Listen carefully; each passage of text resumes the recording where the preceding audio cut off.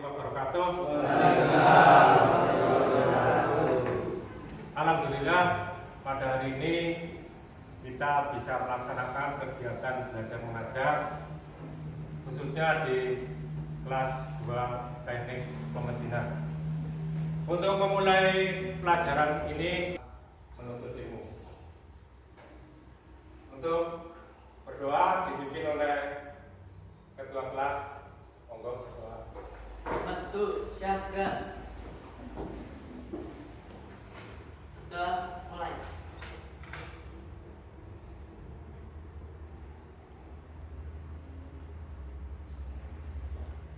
Sudah selesai. Terima kasih. Mudah-mudahan dengan doa tadi kita bisa diberi keberkahan sehingga dalam proses menuntut ilmu bisa barokah dan lancar. Untuk hari ini kita meneruskan pelajaran yang kemarin di pemesinan bubut. Ini kemarin sudah menganalisa di mesin bubut, bagian-bagian bubut. Kemudian sekarang untuk alat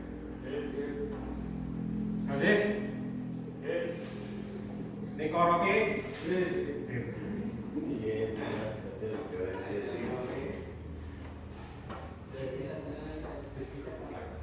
Untuk hari ini kita lanjutkan ya di alat potong mesin bubut.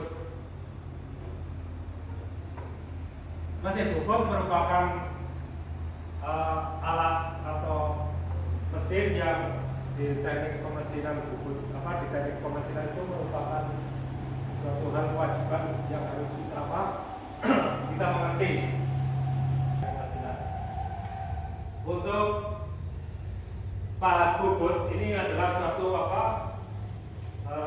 alat potong yang digunakan untuk proses penyayakan di mesin bubut, penyayakan benda kerja. Di situ ada berbagai macam alat potong menurut jenis dan fungsinya. Untuk alat potong itu dibagi menjadi beberapa macam, yaitu alat potong biasanya untuk proses ke arah yang akhir, kemudian kita lakukan dengan pahat, yaitu pahat finishing, pahat untuk pengerjaan akhir. Karena kalau pahat finishing itu biasanya kita menyayat dengan cepat, putaran yang cepat, dan nanti dihasilkan dengan halus di benda kerja. Nanti penyayatannya sifatnya lebih halus dan lebih bagus. Ini untuk proses pengerjaannya. Kemudian pahat juga ada dibagi lagi, ada pahat dalam, pahat luar. Di mana pahat luar itu rata, kemudian membubut bulir, ini menggunakan pahat luar. Kemudian di samping itu ada juga untuk pahat dalam, di mana nanti pahat dalam itu adalah untuk membubut bagian dalam. Biasanya pahatnya itu sebelum kita melakukan pembubutan dalam itu kita bor dulu. Kita bor sesuai dengan yang kita pasang, kita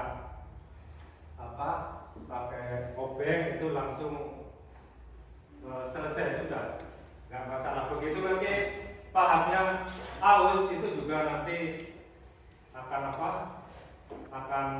lebih fatal karena harus ganti lagi, harus diinset lagi, diganti mantannya itu sesuai dengan yang akan di proses pengerjaan. Mungkin pahat bulir, pahat untuk rata, pahat tirus, pahat alur, menyesuaikan dari holdernya. Ini untuk yang inset. Kemudian yang pahat biasa, yang HSS atau K3 itu yang nanti hasilnya bisa maksimal dan bagus, tidak merusak pahat itu sendiri. Ini untuk untuk pahat. Selain itu di alat potong juga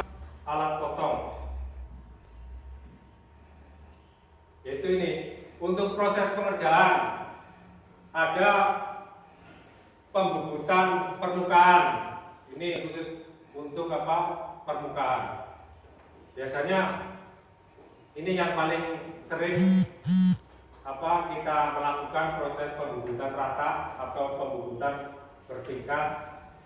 Ini pakai pahatnya hampir sama untuk proses apa pembubutan permukaan. Kemudian facing juga sama ya. Facing itu memotong mukanya benda kerja supaya dia lebih rata. Karena biasanya kalau di pembubutan itu kita memotong benda kerja sebagian itu tidak rata karena biasanya ada pekerjaan lagi yaitu apa? Facing, membubut apa? Muka di sini. Mukanya itu dipotong. Biasanya kita lakukan coakannya atau mungkin kurang dari coakannya, yang penting rata, harus lurus. Ini untuk alur.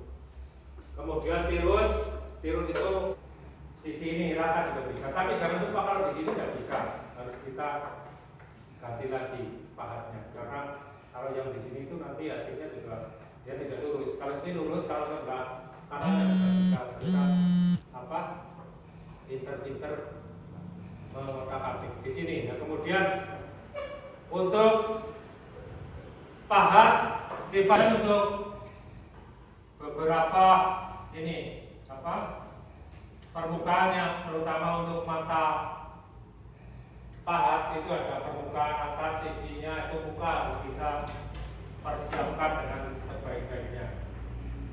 Di sini kita harus apa? Untuk sudut-sudutnya harus kita perhatikan. Karena dalam pengasahan, dalam pembuatan pahat atau di pahat itu sudut sangat penting. Ketajaman pahat itu sangat diperlukan. Ini ada sudut sisi apa bagian atas, ada sudut belakang, ada sudut bebas jam, ada sudut potong. Sampai di sini ada pertanyaan ada? Ya. Untuk alat potong? Ya. Tidak ada. Ya.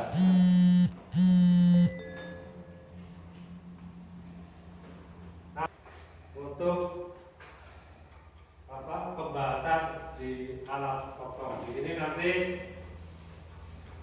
kalian kan tadi sudah disampaikan untuk alat potong, nanti sebagian saya bawa untuk pengasahan di alat potong satu kelompok, mungkin saya bawa ke bengkel, kita gantian, sebagian lagi nanti mengerjakan di sini untuk di lembar kerjanya itu. Jadi nanti kita gunakan praktek di alat potong untuk ngasah, kemudian yang teorinya ini nanti akan saya bagi apa untuk lembar kerjanya.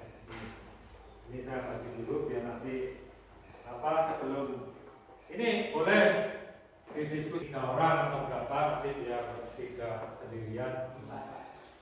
4 atau 3 ya Pak. Ya, sesuai dengan absen ya. Absennya nanti ada berapa ini? 80.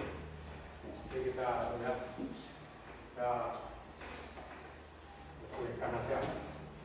Di situ ditulis nama kelompoknya, kemudian nama anggotanya. Nanti ini yang untuk pengasahan nanti langsung aja sama saya ke sana ya. Ini ya. 3 orang.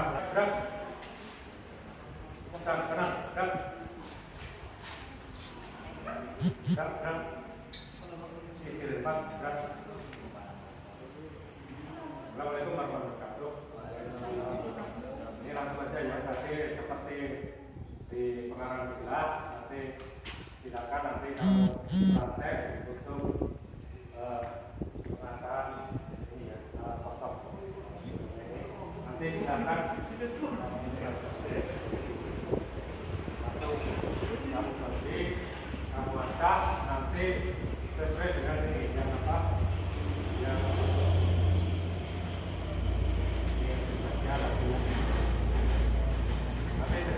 yang ada di lembaga ini nanti bisa dimasak sesuai dengan itu, nanti langsung aja itu aja. Siap, Kak?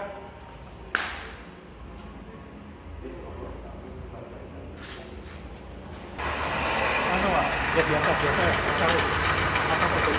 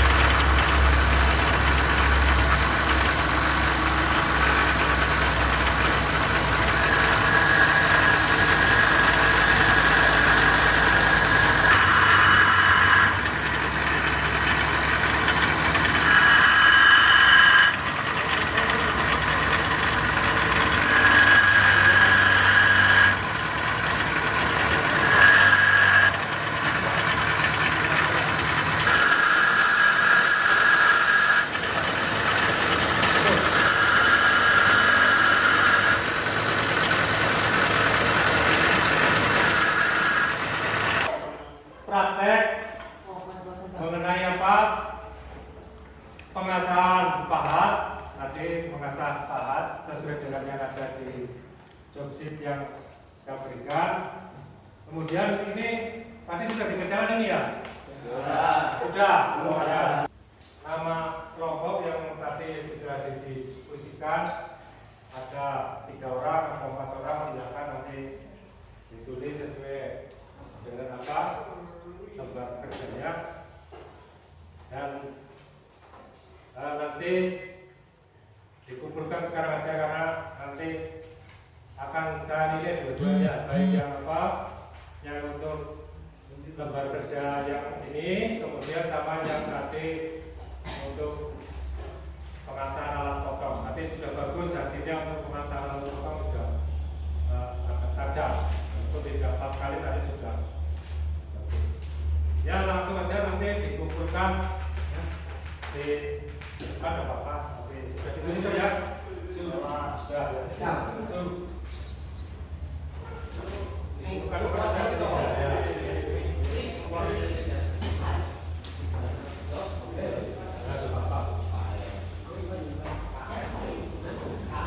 Ini ya.